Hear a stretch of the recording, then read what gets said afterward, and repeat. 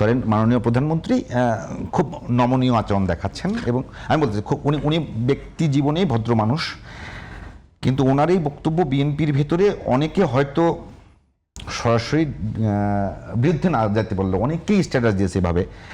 একটা বিখ্যাত উক্তি দিয়েছে চে গুয়েভার, সেখানে বলেছে যে বিপ্লবীরা যদি নমনীয় হয় তাহলে গণবিরোধী শক্তি খুব বিধ্বংসী হয়ে ওঠে।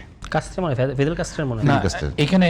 তো এখন ফিদেল কাস্ট্রের এই বক্তব্য কোনো কারণে কি সত্য হচ্ছে না? আপনার মাননীয় প্রধানমন্ত্রী কিন্তু এর পরবর্তী লাইনটাই বলেছেন যে আমাদের সাথে যেভাবে অন্যায় করা হয়েছে, বিচারের নামে প্রহসন করা হয়েছে, অবিচার করা হয়েছে, আমাদেরকে অন্যায্যভাবে জেলে পুরে রাখা হয়েছে, আমাদেরকে সাজা দেওয়া হয়েছে। আমরা চাই যে একটা নিয়মতান্ত্রিক আইনানুগ বিচারের মাধ্যমে এদের বিচারটা নিশ্চিত করা হোক, যাতে পরবর্তীতে কেউ বলতে না পারে যে বিচারটা সঠিক হয় নাই।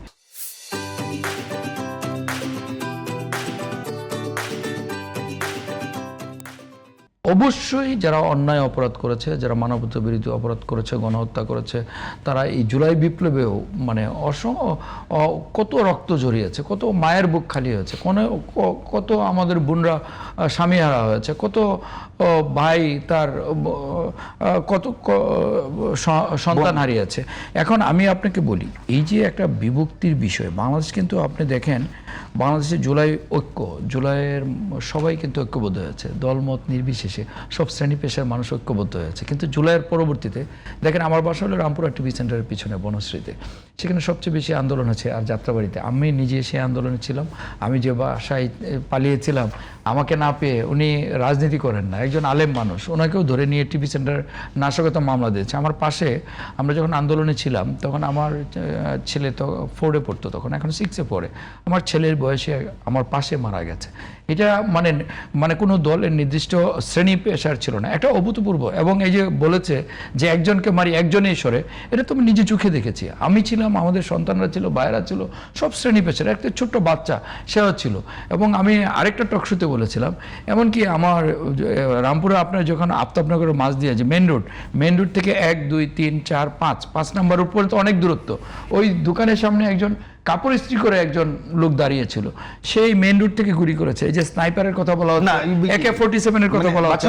আমি শেষ করছি, আমি 30 সেকেন্ড। আপনি নিজে সাক্ষী যে এই আন্দোলনের সঙ্গে আপনারা সম্পৃক্ত ছিলেন, নিজে সাক্ষী দিচ্ছেন এই ঘটনাগুলোর। আমার প্রশ্ন, যখন সেই আন্দোলনকে সরাসরি জঙ্গি আন্দোলন হিসেবে উপস্থাপন করার চেষ্টা হয়, সেই ক্ষেত্রে বিএনপির পক্ষ থেকে, সরকারের পক্ষ থেকে যদি কোনো ব্যবস্থা না নেওয়া হয়।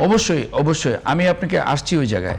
যদি এই আন্দোলনটাকে কেউ যদি জঙ্গি আন্দোলন বা এই আন্দোলনটাকে কোনোভাবে প্রশ্নবিদ্ধ করার, শুধু জঙ্গি আন্দোলন না, কোনো শব্দ বা কোনো ভাষায় যদি এটা প্রশ্নবিদ্ধ করার কেউ অপচেষ্টা করে বা সে করে, তার বিরুদ্ধে অবশ্যই কঠোর এবং আইনানুগ ব্যবস্থা নেওয়ার পক্ষে আমি, এবং নেওয়া উচিত।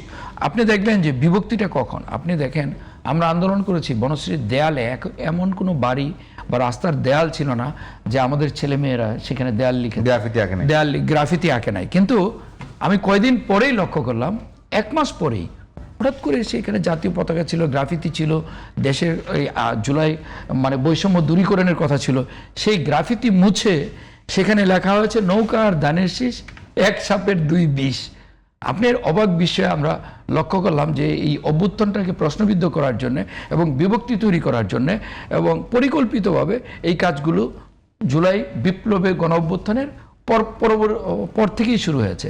এইটা এখনো বিভিন্ন কায়দায় বিভিন্নজন বিভিন্ন জায়গায় রয়ে গেছে, তারা চাইবেই। কিন্তু আমাদের মাননীয় প্রধানমন্ত্রী এই যে 2 দিন আগে বলেছেন, আমাদের দীর্ঘমেয়াদী জাতীয় ঐক্য প্রয়োজন।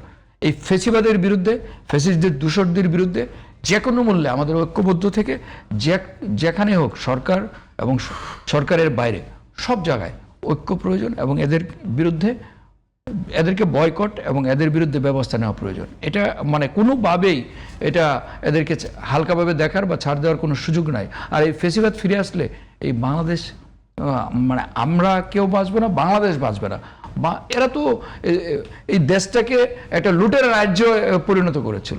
সুতরাং এই দেশটাকে আর ওই জায়গায় নিয়ে যাওয়া যাবে না, এবং যদি ফিরে আসে ওই দেশটাকে ওই জায়গা না, আরো খারাপ জায়গা অবস্থায় যাবে। ধন্যবাদ।